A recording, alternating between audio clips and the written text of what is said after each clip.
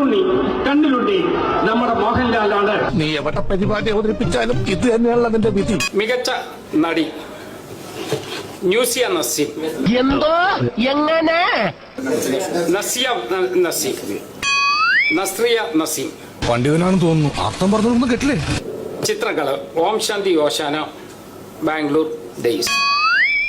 മികച്ച പിന്നണി ഗായിക ശ്രേയ ഘോഷാൽ. ആരാണ് അതിന് അക്ഷരം പഠിപ്പിച്ചേ? ഘോഷാൽ. ഗാനം വിജനതയിൽ പാവോട് അറിയും.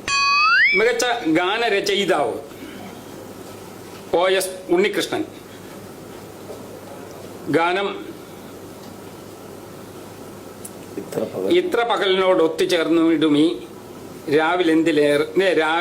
രാവെന്തേറെ കറുത്തുപോയി. അതാണ്. മികച്ച സംഗീത സംവിധായകൻ രമേഷ് നാരായൺ. ആദിത്യ കിരണങ്ങൾ അഞ്ജനം എഴുതും. അതാണ് ഗാനം. ചിത്രം വൈറ്റ് ബോയ്സ്. മികച്ച സംവിധായകൻ വിജിബാൽ. ശാസ്ത്രീയ സംഗീതം, പശ്ചാത്തല സംഗീതം. നിനക്ക് ഈ ഇളിപ്പാണ് നല്ലത്. എടാ, ദൈവം ഓരോ കാര്യത്തിനും ഓരോരുത്തരെ സൃഷ്ടിച്ചു വിട്ടിട്ടുണ്ട്. അതിന്റെ ഉദാഹരണമാണ് നീ.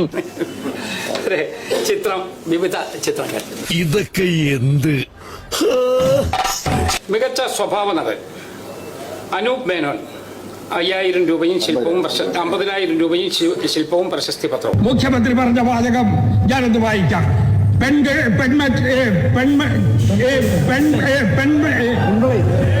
വരുമ്പ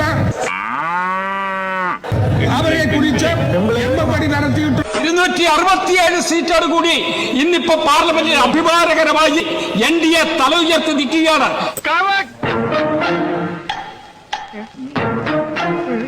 അതിന്റെ നേതാവ് രാഹുൽ ഗാന്ധിയാണ്. ഇന്ത്യ മുന്നണിയാണ്.